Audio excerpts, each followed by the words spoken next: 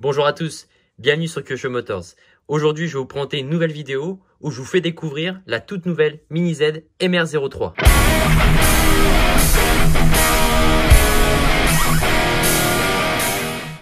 Alors tout d'abord, je voulais vous remercier pour ceux qui me suivent de plus en plus sur ma chaîne YouTube. Surtout, pensez à vous abonner. Voilà, c'est aujourd'hui on essaye de se spécialiser de plus en plus dans la marque Kyosho, car c'est une marque qui me tient à cœur. Je fais pas ça pour l'argent, je fais uniquement ça par plaisir et surtout pour apporter le peu d'expérience que j'ai pour ma communauté et surtout de vous faire découvrir de nouvelles catégories, des astuces, des unboxings et des nouveautés. Donc on passe tout de suite à cette fameuse Mini Z qui est à l'échelle 1/24e avec une très magnifique autoscale Audi R8 LMS. Donc si vous voulez regarder, je vous fais vivre les détails et la joie de Kyosho sur ces très belles réalisations. Donc c'est pareil, j'ai allié Kyosho, marque de cœur, et Audi, marque de cœur. Donc je vous laisse découvrir les détails qui sont vraiment tout particulièrement magnifiques.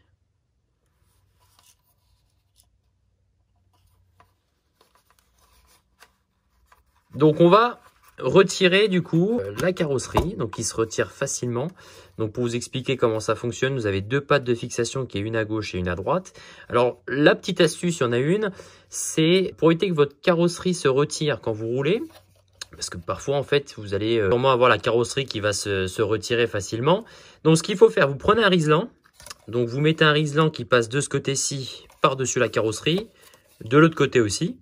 Donc, ça va resserrer la partie qui permet de fixer votre châssis. Et vous prenez un sèche-cheveux. Voilà, c'est un truc qui est très simple. Vous faites chauffer votre carrosserie. Alors, il ne faut pas non plus que la carrosserie fonde, hein, ça risque pas. Mais ça va la rendre du coup plus molle. Vous laissez votre riselant, donc il faut vraiment, voilà, vous laissez cet écart à peu près, avec le riselant monté dessus.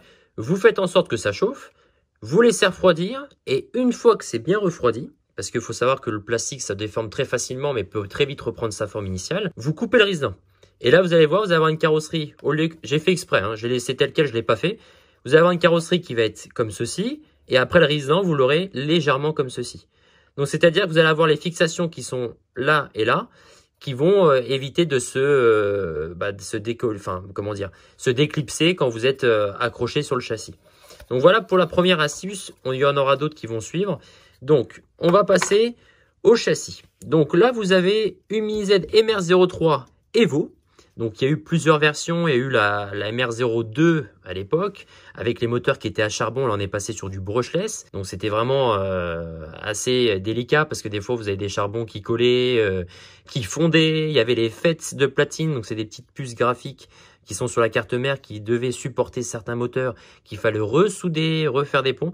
C'est terminé. Maintenant vous avez une carte mère qui gère tout, enfin c'est un système de variateur si vous voulez, hein, qui va gérer tout ce qui est transmission entre le moteur et la commande radio, donc la platine radio qui est juste ici. Donc voilà, donc on est sur une échelle 1/24e, donc vous avez, comme toute voiture, vous avez 4 roues et aussi un différentiel. Donc c'est un différentiel à billes, donc qui est très robuste, qui est très efficace. Donc merci Kyosho pour cette belle réalisation. Donc en fait vous avez tout simplement une flasque, voilà, qu'on voit juste ici, qui vient en fait plaquer des billes. Donc c'est un peu comme le système d'enroulement, sauf que du coup il faut faire très attention parce que vous avez un réglage de serrage qui se fait juste ici. Donc il ne faut pas trop le serrer ni trop peu pour que quand vous accélérez, vous n'avez pas un différentiel qui patine. Donc il y a une petite graisse qui va bien, c'est la graisse Téflon blanche de chez Kyosho que je vous recommande de mettre pour pouvoir entretenir vos billes et qui ait une fluidité pendant toute la durée de vie du châssis, pendant vos courses et vos entraînements. Donc là, vous avez voilà, le différentiel qui est vraiment très sympa. Donc là, on retrouve les câbles avec les différentes couleurs qu'on connaît très bien. Donc les appellations, c'est ABC. Donc qui vont gérer les phases d'accélération, les phases pour reculer. Enfin, ça gère pas mal de choses. Donc le moteur que j'ai ici, c'est un 5600 kV. Donc qui suffit amplement. Donc c'est pas un moteur qu'on peut comparer comme en TT1 8e. Hein. Faut pas prendre l'exemple de se dire mais attends 5600 kV là-dessus, ça va s'envoler. Non, loin de là, parce que vous voyez, vous avez un moteur qui est beaucoup plus petit. Donc vous avez une rotation par minute qui est beaucoup plus faible. Donc après, il existe plusieurs versions. Donc ça peut aller jusqu'à 12 000 kV, il me semble. Enfin voilà, après c'est pour des très grandes pistes. Et surtout, on est sur un niveau où il faut avoir de l'expérience et surtout savoir maîtriser votre Mini Z par la suite. Donc là, vous avez un amortisseur avec un ressort. Donc on appelle un amortisseur friction parce qu'en fait, vous avez une première flasque qui est au-dessus et une seconde qui est juste en dessous. Donc on a de l'huile qui est fournie dans la boîte. C'est en fait une huile avec une viscosité vraiment élevée pour pouvoir garder ce flex comme vous pouvez voir. Et là, vous voyez, pour moi, voilà, après de ce que j'ai pu essayer, il faudrait une huile qui ait une viscosité un peu plus élevée. Donc je pense qu'on doit être sur de la 5 ou 6000. Je pense que 7 ou 8, ça serait plus approprié. Là, c'est beaucoup trop fluide. Après, c'est des réglages, il y a des tests à faire et tout le reste.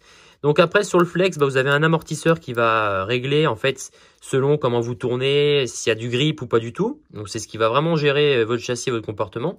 Et c'est surtout qu'en dessous, vous avez un T. Alors d'origine, il est en plastique. Moi, je l'ai passé en carbone. Donc il y a 3 différences dureté. Là, vous êtes sur la dureté la plus faible. Donc on a permis une déformation qui peut se faire plus facilement. Donc merci le carbone pour ça. Et vous avez plusieurs duretés, donc après ça permet de jouer sur le flex. Comme vous pouvez voir en fait, votre moteur, si vous n'avez pas votre T en carbone ni l'amortisseur friction, vous avez votre pod, donc qui sert à maintenir le moteur, qui serait dans le vide. Donc vous avez vraiment un châssis qui travaille. Donc ce qui est impressionnant, c'est pour l'échelle. Vous êtes sur du 1/24e et Kyosho a réussi à nous sortir un châssis qui est juste fabuleux. Ensuite, sur la partie avant, donc comme je vous l'ai dit tout à l'heure, vous avez la carte mère qui se trouve ici. Donc vous avez 2 prises. Alors, l'avantage, c'est qu'aujourd'hui, sur nos carrosseries, on peut mettre de l'éclairage LED. Donc, on peut s'amuser à avoir des feux à l'avant ainsi qu'à l'arrière pour donné un côté encore plus réaliste sur nos autoscales. Donc ça, vous avez une première prise qui va pouvoir vous le faire. Il y a également une autre prise qui sert pour brancher un gyroscope. Donc, en fait, ça va freiner, anticiper dans les virages. Donc en fait, c'est comme si vous aviez, voilà, on va dire que ça c'est mon gyroscope, pardon, je vais y arriver. Donc c'est-à-dire que dès lors qu'elle va sentir que ça va commencer à tourner ou à se basculer d'un côté ou à avancer ou à pencher plus vers l'avant, donc je parle quand on a l'arrêt, hein, bien évidemment, et ben elle va freiner, elle va anticiper parce qu'elle sait que vous allez tourner, elle va dire bon bah tiens, je vais tourner, attention, je vais commencer à ralentir. Donc c'est pas mal pour quelqu'un qui débute. Après, personnellement, j'en ai pas l'utilité parce que je suis pas fan. Mais pour quelqu'un qui veut débuter et qui appréhende un peu la vitesse, parce que c'est vrai que c'est des voitures qui vont assez vite, ça peut être une bonne pratique. Donc faites pas attention, il y a 2 vis qui sont... Enfin, il y en a une qui est desserrée et une autre qui est pas mise. C'est parce que par la suite, je vais remplacer l'amortisseur friction par un de chez Penn Racing qui sera plus performant. Donc ça aussi, c'est des options que je vais vous citer après qui peuvent être intéressantes. Donc on va le voir juste après. Ici, vous avez un récepteur. Alors, ce qu'il faut savoir d'origine, Kyosho ne fournit pas de récepteur pour ses radios. Donc, je parle de la Mini Z MR03 Evo, donc qui est la version la plus évoluée, la plus aboutie, comme son nom l'indique. Donc, il faut commander un récepteur selon votre radio. Donc, à savoir qu'il y a un récepteur Futaba et Kaopropos, ou alors vous avez un récepteur Kyosho aussi qui est fourni avec la radio Kyosho qui est à vendre également. Donc, je n'ai pas la référence. Par contre, pour Sunwa, j'ai rencontré ce problème-là. J'avais la Sunwa M17 que j'ai dû revendre parce qu'il n'existe pas de récepteur avec Kyosho pour la Mini Z. Donc après, c'est des engagements. Il y a eu pas mal d'histoires à ce niveau-là. Bon, après, voilà, c'est leur truc à eux. Donc, je suis parti sur la Futaba, la 7PXR, donc qui est compatible avec la Mini Z parce que j'ai acheté le récepteur. Donc, c'est une partie qui se clipse en fait. Vous avez un petit cache à ôter et là on voit le bouton pour apparaître pour faire l'appareillage avec votre récepteur de votre radio. Donc voilà la différence. Après vous avez différents codes couleurs d'antenne qui peuvent vous indiquer si c'est une radio Kaopropos ou une radio Futaba et ensuite suite. Donc voilà dans l'ensemble. Ici vous avez 2 accus. Alors là je vais vous en parler parce que c'est vrai que c'est des accus qui sont très performants. Donc je vous ai préparé la petite boîte ici pour pouvoir vous donner une idée. Donc c'est les Orion en 750 SHO, donc moi j'appelle ça des milliampères on va dire, et c'est du NMH, donc vous avez directement 4 piles qui est fourni dans la boîte Orion, donc en valeur on est sur 13 € on va dire, donc c'est très correct, en sachant qu'ils sont très performants. Attention, vous allez me dire, oui, mais niveau autonomie, ça donne quoi? Niveau autonomie, moi je parle en nombre de tours. Sur un circuit, on peut quasiment faire entre 700 et 800 tours faciles avec un seul pack d'accu. Donc ce qui va représenter plusieurs minutes, parce que forcément vous avez un taux de décharge qui est moins important que sur des voitures brushless en 1/8. Moi derrière, voilà. Aujourd'hui, dès lors que vous avez un indicateur qui est plus faible, donc des fois il y a 850, 900, j'ai même vu, entre 700 et 750, vous allez avoir des accus qui ont de la gouache, qui est très performant, qui vont avoir des fortes accélérations, qui vont vraiment réagir au plus vite selon vos commandes radio et tout le reste. Donc c'est ce que beaucoup utilisent en compétition et surtout en qualification. Donc moi je vous recommande absolument ce type d'accu. Donc c'est les Orion 750 SHO en NiMH. Donc je vais vous présenter également le chargeur. Parce que là franchement, Kyosho nous a sorti un chargeur. Regardez la différence de taille. Là, vous êtes sur un chargeur qui fait quasiment le gabarit d'une Mini Z, qui est facilement transportable. Valeur de prix, on est autour des 35 €. Vous avez un chargeur qui va gérer vraiment l'équilibrage de vos accus. Donc, on va brancher directement nos 4 piles NiMH directement sur ce chargeur. Et vous avez même un indicateur, donc qui va être fixe ou qui va clignoter selon les différences d'erreur ou quand c'est fini de charger ou pas du tout. Donc vous allez commencer par avoir des voyants bleus qui vont clignoter et ensuite quand tout est fini et tout est rechargé, vous avez des voyants verts en sachant que c'est une recharge indépendante. Donc dès que vous allez avoir une pile qui va être défectueuse, elle va vous le dire. Elle va vous dire attention, la pile numéro 1, il y a un problème, elle prend pas la charge. Donc hop, je prends ma pile, je sais qu'elle est pas bonne, je la remplace. Il y a certains chargeurs où ils vont charger tout uniformément. Ils vont pas vous dire, attention, cette pile-là, elle est défectueuse. Donc, vous allez rouler des fois avec des piles qui ne fonctionnent plus. Donc, voilà, en fait, le petit chargeur qui va bien, qui est aux alentours de 35 €. Donc, à ce prix-là, j'en ai pris 2. Comme ça me permet de recharger un premier pack et un second pack. Donc, tout est fourni. Vous avez un câble en micro USB. Donc, moi, ce que j'ai fait, j'ai acheté un embout USB secteur en double sortie. Comme ça, je branche mes 2 chargeurs ensemble. Et vous avez directement une charge qui est uniforme et surtout que ça prend très peu de temps à recharger. Donc je vous mets la référence qui est juste ici. Donc c'est la Kyosho Mini Z Speedhouse, donc USB chargeur. Donc en termes de temps de recharge, j'ai calculé en autour de 40 minutes à peu près, 40-45 minutes, en sachant que pendant que vous êtes en train de rouler avec votre premier pack, profitez-en pour mettre en charge tout de suite l'autre pack en attendant un petit peu que vos piles refroidissent. Parce que c'est vrai que vous allez avoir le taux de recharge qui va augmenter, descendre et tout le reste. Donc, je vous conseille tout de même de le mettre de côté et laisser refroidir votre pack sans problème. Donc voilà pour le chargeur, 35 €, c'est une super affaire. Donc sur la Mini Z, sur la partie avant, donc là vous avez vos 2 suspensions qui sont totalement réglables. Donc en fait, vous avez possibilité de changer la dureté avec des ressorts de couleur pour avoir plus dur, plus mou. Donc ça va après jouer, vous voyez, sur votre débattement au niveau de la roue, que ce soit à l'avant ou l'arrière. Et du coup, au niveau de la direction, ça va apporter plus de souplesse ou avoir plus de nervosité au niveau du train avant. Donc vos accus, vous les mettez ici avec les clips qui vont bien. Ici, vous avez le bouton on-off pour pouvoir l'allumer. Et après, il y a une chose importante. D'origine, la carrosserie, le châssis est monté en Narrow. Donc, vous avez le Narrow, c'est pour différents types de carrosserie. Donc, en fait, c'est par rapport à l'empattement, la longueur du châssis et également pour l'arrière. Donc, après, tout se joue avec le système de T qui a juste à décaler, en fait, en retirant les 2 vis qui est ici. Donc, c'est pour pouvoir s'adapter facilement aux carrosseries. Donc, en wide, donc c'est un empattement qui est différent. Donc, c'est-à-dire que là, vous dévissez les 4 vis qui sont juste ici et vous retirez la fameuse barre de direction qui est juste en dessous. Donc, cette barre-là, en fait, on la remplace par une barre beaucoup plus large pour pouvoir s'adapter à l'empattement de la carrosserie que j'ai choisi. Car la carrosserie n'est pas fournie avec le châssis. Après, voilà, chacun peut choisir la carrosserie qu'il souhaite, donc c'est aussi un avantage.